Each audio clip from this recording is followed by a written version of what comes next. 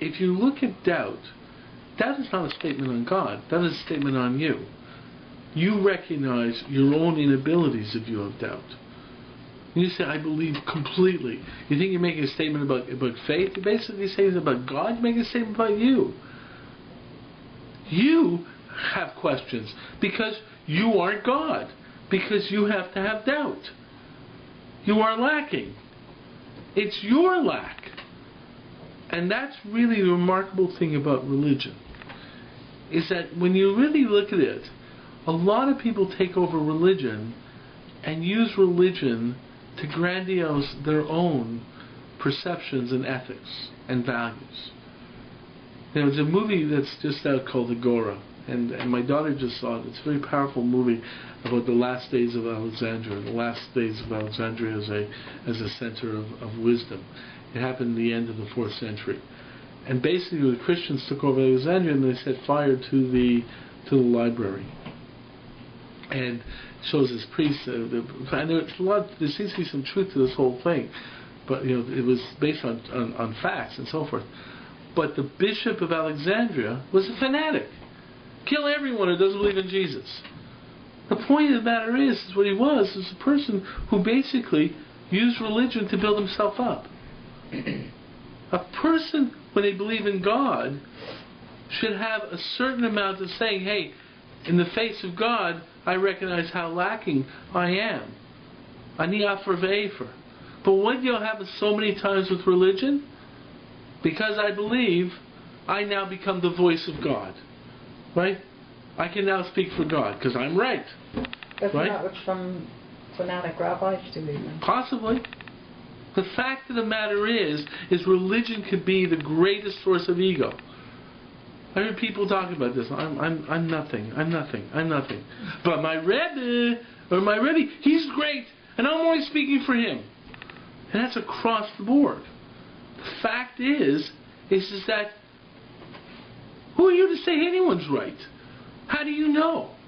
So the Gemara makes a powerful statement. The Gemara says that one of the aspects of Klal Yisrael is that God aggrandized Moshe Rabbeinu and Aaron and Avram, and they maintained their humility. He built up the nation, these great people, nations of the world, and with it, they built up themselves. Now, why is that so? So this leads to a very interesting understanding of Klal Yisrael. Okay? Now the truth is, the Gemara then goes, Rashi says, it's because Klal Yisrael recognizes, says the Jew, it says that it questions some aspects of even in doing charity. Questions that sometimes a non-Jew gives charity and he thinks he's going to get something out of it, right? Tit for tat, that attitude of religion. Therefore, when he sees it doesn't come through, he gets upset.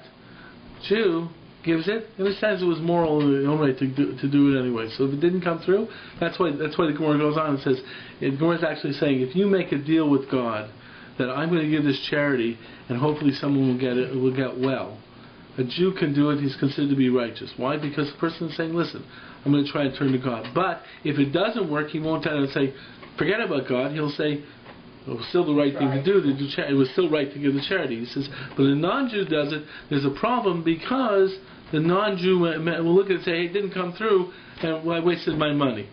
Okay, now that might be a little bit too much Jew and non-Jew at that point in time in terms of the Gemara. Now we have to look more in terms of interpretation. But there was something that really hit me about this. He said, if you look at Klal Yisrael and the Jewish people, what's their one mark as a nation? They are a small nation. The very concept of being Jewish, of being small, it maintains a sense of humility. And therefore it gets to an idea that if someone sees respect in the Jewish people, they begin to understand aspects of humility. It's a small nation, right? We're not big numbers. Look what they've done with smallness, and it's something or something. But it should create an attitude of a certain attitude that changes in their perspective because the nation is small, because the nation is a humble nation. It's not though a humble nation. It's a small nation. But the fact is the smallness sometimes maintains the attitude that we are not the biggest nation in the world. We have aspects inherent to our being that should reinforce the fact that we are humble, and in that humility should reinforce the fact that we recognize the place of God in the world. See, what I'm getting at is that the natural feeling we have of good and righteous, I'm basically saying you're right. I think you're right. I think a good person is a good person. But the truth is the backbone to being a good person has a lot to do with what you think is going on in the world.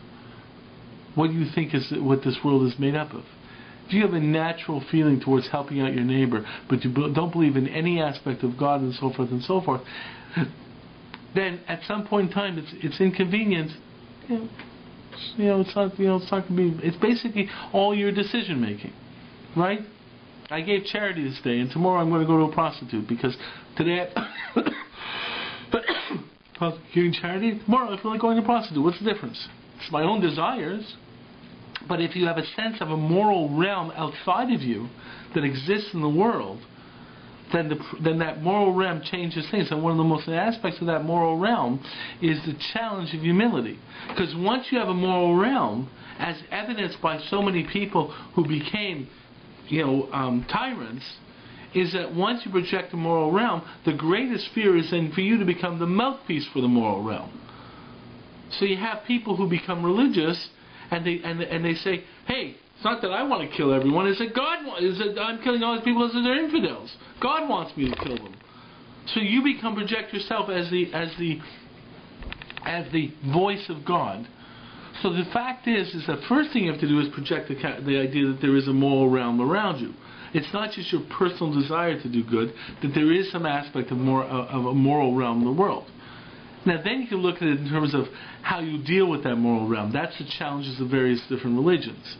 That's why a lot of people don't talk in terms of absolute belief in Moshe Rabbeinu and Har Sinai, but a belief that there's something beyond this world, belief that there's some moral perception that makes you connection. But then what's the greatest terror of that? Is the person who then takes religion and makes himself into the voice of the religion and says, "I know I'm absolutely right," aggrandizing themselves as the voice, as the mouthpiece of God. Bin Laden's problem is not that he believes in God. It's the fact that he has no doubt in his understanding of that belief. If he had a little doubt and said, "Gee, maybe I'm wrong, maybe I'm getting it right," he would actually have a greater understanding of God, because he'd have a little bit of humility. And that's what happens, the idea of having a moral world and then having a concept of humility in that relationship with the moral world. And that's something that comes about through the aspect of the Jewish nation. So the Jewish nation stands out a little bit as a small nation. But perhaps more significantly, and the guiding light, the one thing that is constantly pushed across the nation, even though there may be Jews who don't follow this idea, is the importance of humility. That was really the significant statement about all our great leaders, is they tried to say, "Listen, I recognize my own limitations. Even not sure if that I can speak for God." Any comments? That's not a comment. That's a nice word, but thank you. But I'm waiting for challenges and critiques. Is the Dalai Lama considered a Hasidim Ta'olam? Good question. That's part of the issue there. Does he accept his belief from Har Sinai? No, but does he have a sense of one God? It's an interesting aspect in terms of Buddhism. Do they have humility is his hallmark? And yet in his humility, does it really stand out as humility? In a certain way, it's an interesting aspect of it. I don't want to talk about any individual, but the fact is that there's issues in terms of what really is humility. Sometimes humility is just the person is just approachable. So I don't know him. I don't know. But I hear like a contradiction in what you're saying a little bit. Because you're saying on the one hand, my humility is expressed in the idea that I'm not sure exactly what Hashem wants from me. Right. On the other hand, you're saying, I know Hashem wants me to be moral, and I have to subject myself to this higher moral standard, whether I feel like it or not. Okay, you're right. The fact is that in the dilemma between doubt and belief, there's a tension, right? There really is a tension. But the fact is that tension has value. On one hand, it's important for you to believe that being moral, it's important to maintain the moral realm, to believe that morality is not just an aspect of human desire. Like, it's not just I want to give charity and I want to go swimming, and it can't just be another desire. You know, I like spirituality. A lot of people like spirituality. You know, it's like, hey, you know, I tried. Like, I remember one guy in Yeshiva comes up to me and says, we were talking. He says, I used to be really into drugs. And I really like drugs, but man, then I found Torah. It's much better than drugs. I have a little problem with it, but if you look at it in terms of spirituality, you look at the thing of the God gene. There's a book called The God Gene that says religion is tied to our genetics, and it says there's a specific gene that tells people to desire spirituality. But they found it's the same gene that people like for people who like drugs. And they take the case of two brothers. One's like a Wall Street lawyer, has no interest in spirituality. The other one's out there in Tibet, hanging out, right? Like, why? Because this one has the gene and this one doesn't have the gene. Because he has the gene, he gets his turns on from spirituality. This one doesn't have the gene, he doesn't get his turn on from spirituality. It's great. It's just a matter of what turns you on, right? Hugh Hefner didn't have that gene, so he found other ways to have fun, right? Mother Teresa had that gene, so she did something else. But guess what? Hugh Hefner and Mother Teresa, exactly the same. It's basically doing what turns you on, right? That takes away all responsibility. That makes it all nature. It turns into goodness. I'm the luckily. So you have drives that I like. Okay, that's great. You have drives that I can relate to, which is a more social contract idea. The fact of the matter is, if you begin to recognize, you know something, there are drives out there. They took in terms of Avodah Zarah. Avodah Zarah comes from you have a desire for some spirituality. It's just you're going about it wrong. The point is that there's an aspect of some aspect of religion. There's an aspect of recognizing that there's something beyond you. It's not just a matter of what turns you on. It's an aspect that there is some kind of. At the same point in time, you have to be careful about that entity then taking you over, which is a great problem with religion. People become. I'm so much in belief now, like Pablo Christianity. I'm going to go save my brothers. Now, Pablo, wait a second. Maybe you're wrong. Maybe you should think twice before you go beat up people. Maybe you should think twice. Isn't it arrogant to say, I know I'm right that Absolutely. I have to give tzedakah? Absolutely. I know I'm right that I have to help this woman across the street? Absolutely. So and you're right, and you're right, and you really find there's a tension. On one hand, you have to have the arrogance to say, I know I have to do it. You have to push yourself because you have to say, I know God wants me to go do it, so I better go do it. Get up there and go do it even though I'm tired. Or on the other hand, it's to say, no, I'm going to be totally off. That's a tension we have to live with. It's a dialectic we have to live with, but it's an important dialectic. In that scenario, there's also humility versus arrogance. It would be arrogant to say, well, I've got to go save her because I know what to do to save her. Right. Versus giving her a call and saying, I would like to help you. Is this a good time? And right. how would you like help? Or calling someone else to help out with it. Right. By the way, it's a tremendous problem with a lot of people who are involved in doing projects. The people who are givers of chesed. The joke about the Boy Scout who helped the little lady across the street. You all know that joke, right? The whole 4 Boy Scouts go and they come a half hour late for the troop meeting. The troop master says, "Hey, where were you guys? We're doing our good deed today. What were you guys doing? We're helping a little lady across the street." So all 4 of you, and you're half hour late. She didn't want to go. Right? It was really hard. The fact is, how many people do charity like that? And you know what gets me? And this is there's actually an article on our website called "The Evil of Chesed," right?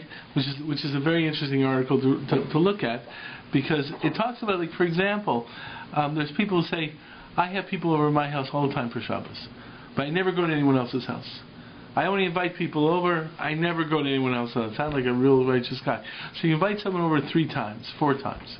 What does that person want to do? Makes them feel lousy. Totally. Guy comes over and says, "What? I want to reciprocate." What do you mean? Every time I have to, I'm going to say, no, I can't take. Forget it. Sometimes that's what the Gemara talks about.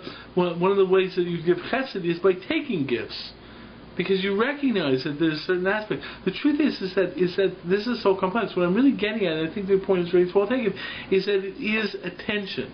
It's a tension that comes out of the halacha. And what I'm pointing out is the natural perception of the Jew in being a small nation in the world, I think inherently supports the perception of perception of the Jewish attitudes towards humility. In a certain way, that leads to the concept of the righteous Gentile, which means I'm helping the downtrodden. This nation is totally small. And if you really think in terms of a lot of people who are righteous Gentiles in terms of the Holocaust, there was absolutely no benefit to them in helping Jews. I was going to say that that's actually real humility, because there's no way they're going to want a publicity for this good deed that they did, because they'd be. But it's not even helping people from their own nation.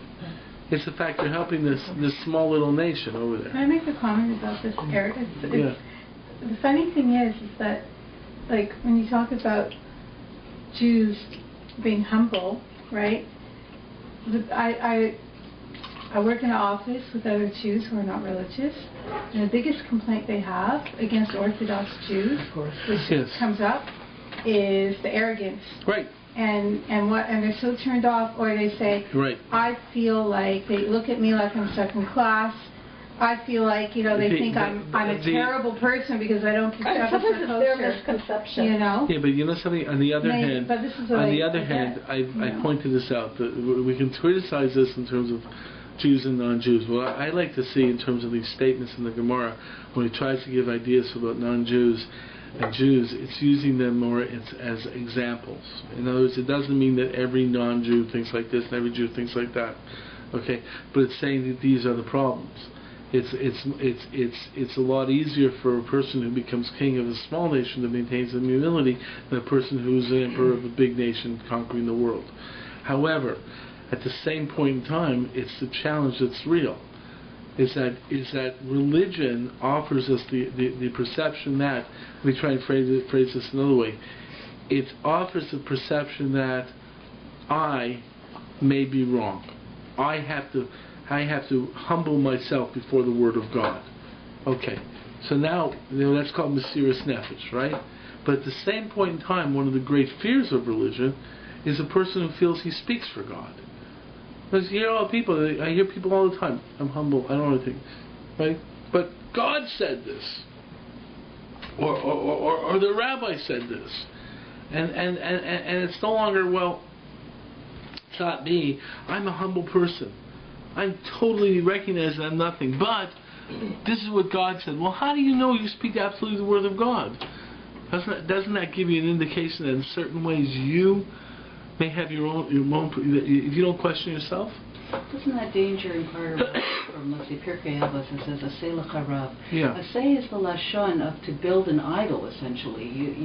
Aseh bamai, or whatever. Every statement has to be taken within the dialectic. See, what I'm presenting here is a dialectic. There's a dialectic that exists over here. It's an important dialectic. Okay? The idea of recognizing the morality of God is not meant to say, like the classic Christian perspective, that you're not inherently moral, you're just following the law. That's a classic Christian attack upon Judaism, upon Torah. That you are by rote just doing the law. You don't really feel it. No, you are supposed to have within halacha certain senses of morality. There's feelings that you're supposed to have developed a midah. Of course you are. But the point is that it's a tension. Do I give charity because God tells me to give charity, or do I give charity because I feel it's right to give charity? You should have both concepts inside of you. Because if it just comes from yourself, then you have all the problems I said before. If it just comes from God, then you can have the problem of just doing it by rote without actually having the feelings. Now comes the second aspect. aspect of it. If you project that it's God idea, you have the problem of basically now thinking you are the spokesman of God. Not believing in God. What? Not believing God has its problems. Makes you even more arrogant. Possibly. Or it's a different type of arrogance. Possibly. So the fact is, you're right. It's all up to me to decide, right, and I know what's right. These are the tensions that exist in the moral realm. But what I'm getting at is that there is a connection between the moral realm and theology. Once you project the theology, it actually should support the moral realm, but at the same point, theology can actually challenge the moral realm. Because what can happen is you can have a Pablo Cristiani, you can have a Turk Armada, who basically thinks that I'm totally right. And you can, I mentioned it before, but a lot of people think Hitler really was theistic. I speak for God. And those people, they're vermin. I have to wipe them out from God. This is one of the great tensions, for example, in terms of Amalek. One of the great things about many members of many great rabbis when they spoke about Amalek was the fact they understood the problem of that issue. You know, that you have to feel tension in mitzvot. Mitzvot have to create tension. We have to maintain tension. That's the great method of maintaining balance. So what I'm trying to say is that there's a connection between morality and theology. Theology keeps morality in line. On the other hand, you have to be careful that theology itself has to be somewhat kept in line. And anivus, your own humility, is the thing that keeps in line. On the other hand, anivus can say, I don't know what's right, so therefore you don't have any belief. So it's a real tension that we have to exist with. And the righteous Gentile is an individual who I think the reason it's in connection to the Jewish people is because the Jewish people represent a certain aspect of tension and this aspect of humility because of their population in the world. But there's problems with Jews who aren't humble. It's one of the great problems of Jews. What do you think of does it come into when you have communities, let's say, where, like, it's not halacha, but let's say this community, you can't be accepted, let's say, to this school if you don't wear, let's say, this type of, this, like a black kippah as opposed to the regular kippah, or the mothers can't wear certain, like, things like that, like, does that get into already, like, there's something sort of... What's the connection between that and righteous Gentiles? No, we were just talking about humility and about, like, where does that come into? You know something, that's a much more intensive question, because there's an idea that I think that there is a value in people of like mindsets being together in an educational motif, and to say, listen, we want certain rules in our educational structure. My problem, like people always found this in terms of Toronto, we have many different schools. Oh, I'm thinking of Toronto. Well, I understand, but the fact is, I have never been upset about a multitude of schools in Toronto. What upsets me is that the schools don't relate to each other. See, there's no problem. I have no problem if this school says, I want to teach my kids this form of Judaism. It's not a form, but like including anything. It's not a form of Judaism, it's a unit. It's like you're right. I want to teach my people that they wear black velvet kippahs and so forth and so forth. I have no problems with that. For whatever reason it is, I'm not going to get into it. Okay, the point is I want to teach my kids. But could that be a God-fearing reason? Yes, because I want to teach my kids my understanding of Judaism, because I have to have a certain derech myself. But then I have to also want to have a situation where, as my kids follow their derech, they know how to relate to people in another school who are following their derech. So I always felt that the issue was not having one school for everyone. I thought it was very nice to have different schools for different people based upon their perceptions. But then there should be community events to bring all the people from the different schools together to say, hey, there's a certain equality amongst all of us, right? So that you do not develop the ego that I'm right, that person's right. You develop the idea this is my derech and that person's that's derech. But there's mutual respect to the drachim. That's always been my idea of what would be. I have no problems. Like I have no problems with having a lot of small shuls, but to challenge the potential for ego between the small shuls, that we have a communal event where it's important that you recognize everyone's the same. And one of the ways of doing it is you have communal events, and you absolutely make it clear that, say, you have 5 shuls, the rabbis of each of the 5 shuls will speak. We'll have a rotation, right? And they'll all be treated with equal respect. Why don't you do that, Rabbi? It's a great idea. Yes. Nishma should do that. Yes, that was always my dream, and thank you.